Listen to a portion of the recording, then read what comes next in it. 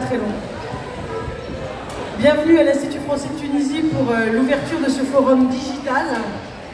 Je voudrais d'abord dédier cette journée de la Journée internationale des droits des femmes à Gisèle Halimi, immense personnalité, grande avocate, vous le savez, mais aussi militante infatigable des droits des femmes et de leur égalité. Si nous devions retenir une chose d'elle, c'est cette farouche liberté qui a été la sienne tout au long de sa vie et ce depuis son plus jeune âge. Cette farouche liberté, c'est aussi le titre de son dernier ouvrage, coécrit avec la journaliste Annick Cogent. Et je voudrais, pour ouvrir cette journée, vous en lire un petit extrait. Les livres d'histoire ont invisibilisé les femmes. Ils ont fait croire à des générations d'écoliers, et surtout d'écolières, que la Terre n'avait produit que des héros, assurément pas d'héroïnes. C'est malheureux, mais c'est ainsi, disait mon institutrice, résignée à ne citer que Jeanne d'Arc. Quand je pressais des questions sur le rôle qu'avaient bien pu jouer les filles dans l'histoire de la civilisation. Cela me rendait perplexe.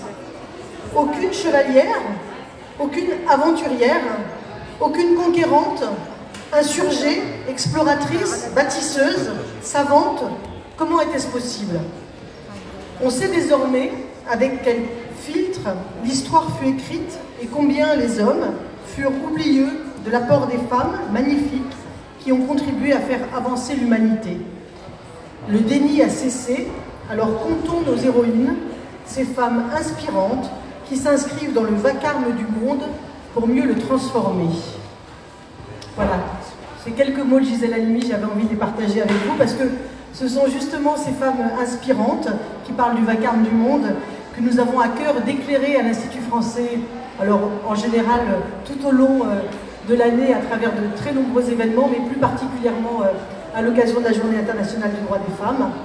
Et c'est vrai qu'on le fait à travers des événements qui abordent les différents sujets de société. On a abordé les questions de l'employabilité des femmes avec un événement qui s'appelait Viser la Lune. On a donné la place aux femmes et à la mode à travers la mode pour les femmes de plus de 50 ans lors d'un événement assez magistral sous un slogan Over 50 et alors l'année dernière.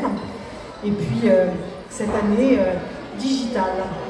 Et on a choisi d'éclairer cette année les entrepreneuses 3.0, les faiseuses d'innovation, comme on aime les appeler, celles qui vont, à travers un forum qui va nous permettre à la fois de découvrir ces projets qui se déroulent un peu partout en Tunisie, qui va être aussi une occasion pour celles qui participent de se rencontrer, de réseauter, parce qu'il semblerait que le réseautage soit bien le sujet principal important dans ce secteur très particulier de l'innovation.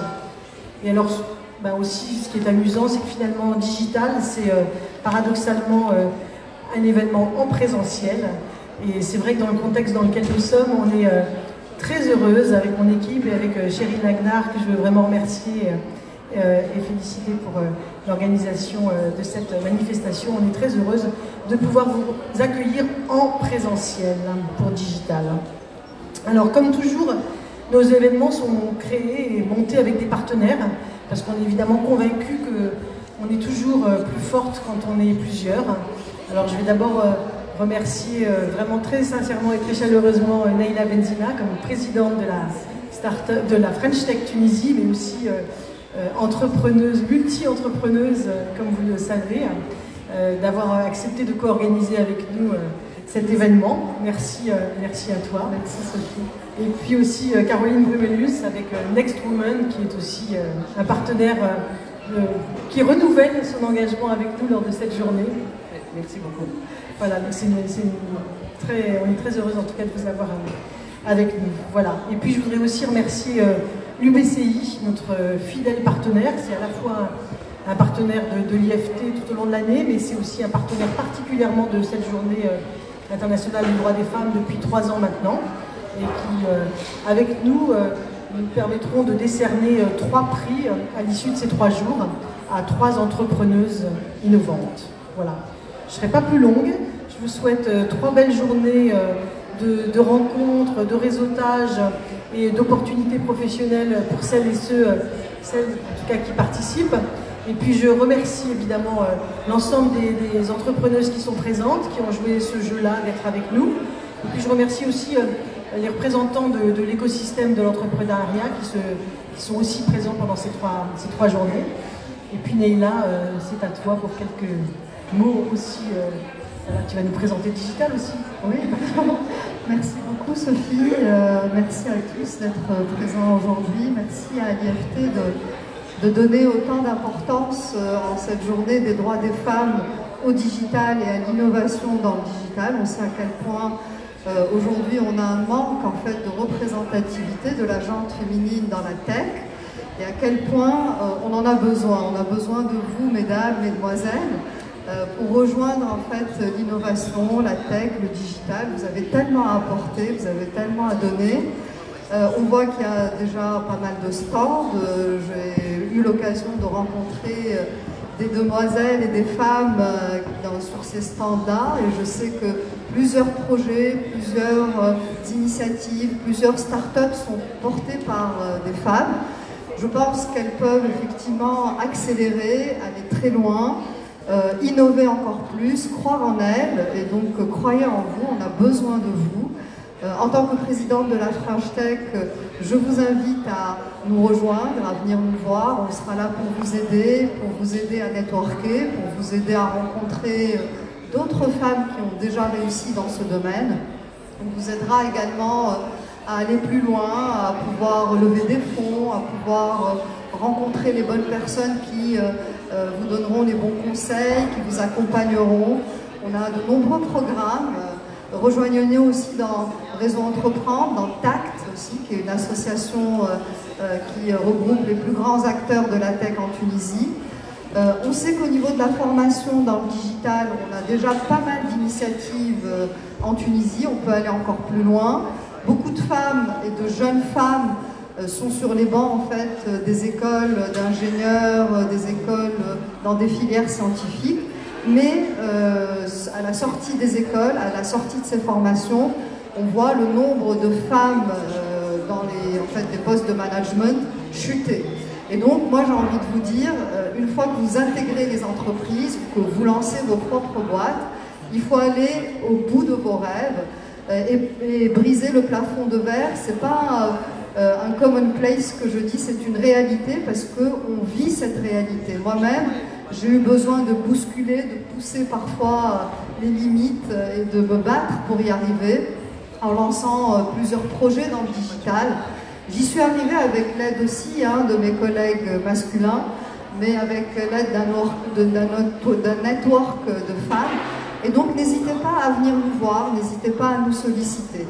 Et ce que j'ai envie de dire pour terminer, c'est que l'innovation, c'est en fait l'alliance, la combinaison entre la créativité, entre le travail acharné, entre l'envie d'y aller, entre la réalisation des projets différents et out of the box. Et qui mieux que les femmes pour pouvoir avoir cet instinct, cette créativité et repousser les limites. Donc, je vous invite à y aller et je vous encourage vivement. Merci encore. Caroline. Alors, vous m'entendez? Oui. Voilà, je me présente, Caroline Brumel-Louis, ça sonne pas français, je suis désolée, Sophie, c'est hollandais. Mais presque française maintenant depuis le temps. À la tête d'un réseau qui s'appelle The Next Women Tunisie, et on est ravis quand l'IFT nous a demandé d'être partenaire avec eux sur ce salon, sur ce forum. Et je pense que c'est la première fois, je l'ai déjà dit à Cyrine, et je vous le dis à vous maintenant aussi, je crois que c'est la première fois qu'on a ensemble uniquement des femmes entrepreneurs dans l'innovation ensemble. Donc je pense que c'est très intéressant, d'autant plus que tous les secteurs sont couverts, aussi bien les edutech que le legal tech, excusez-moi pour les anglicismes, la agritech et e-commerce, etc. Les femmes viennent de Djerba, de Jendouba, de Kérouan, de Sousse, de Sfax. Donc je pense qu'on a bien couvert toute la Tunisie et c'est une formidable opportunité pour chacune, je le dis, de réseauter, de faire des rencontres, d'inviter des personnes que vous n'avez peut-être pas la possibilité de voir en disant « Je suis là pendant 3 jours, venez me voir », les investisseurs, les gens que vous ne pensez pas rencontrer facilement, envoyez-leur un petit mot LinkedIn, essayez tout ce qui est là pour les faire venir ici, parce que vous allez les rencontrer et je pense que les gens sont extrêmement bienveillants pour vous rencontrer parce que c'est assez exceptionnel. Voilà, je pense que c'est assez dit. Oser, voilà. Et ici, je vais dire quand même quelque chose, c'est la journée des droits des femmes, et pas la journée de femmes qu'on pense beaucoup. On est ravis qu'on a fait ça pendant 3 jours, mais il faudrait essayer de faire ça toute l'année. Donc, vous êtes là, rendez-vous visible, appelez les médias et soyez là quand on vous demande de vous présenter dans les panels ou même dans les médias. La visibilité, c'est la chose la plus importante pour qu'on vous connaisse. Voilà. Merci Caroline. Et je vais connecter sur autre chose, puisque tu viens de parler des médias. Il y a 3 ans, nous avions lancé la plateforme Les Experts Tunisie, à l'occasion de la Journée internationale des droits des femmes.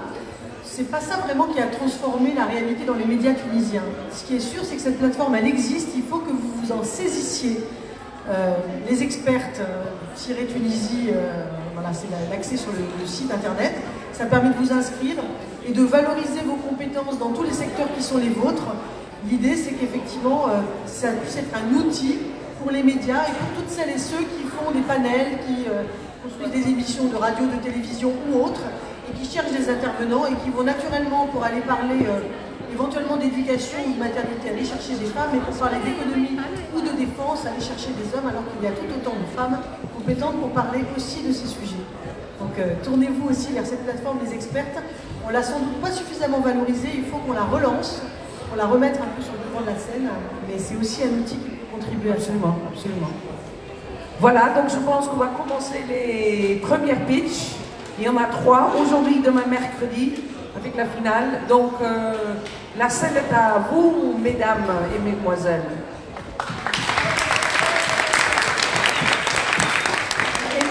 Et pour terminer juste, je vous demande à toutes et tous de garder votre masque pendant toute la durée de ces 3 journées pour discuter, rencontrer les uns les autres. Donc, celles et ceux qui n'en ont pas, vous êtes priés de le vêtir, parce que si on peut, d'abord vous savez que même s'il y a beaucoup d'insouciance, il y a une réalité de ce virus qui fait qu'il faut vraiment être prudent, et que si nous pouvons aujourd'hui nous retrouver en présentiel justement, c'est que nous souhaitons pouvoir rester à nouveau en présentiel longtemps, le plus longtemps possible, et ça passe par la nécessité absolue d'être très prudent. Donc merci de garder vos masques. Moi je n'hésite pas à passer dans les stands, si je puis dire, pour redemander à chacun de le mettre quand il l'a enlevé. Donc voilà, soyez vigilants avec ça, merci. Et bonne fin de journée. Merci.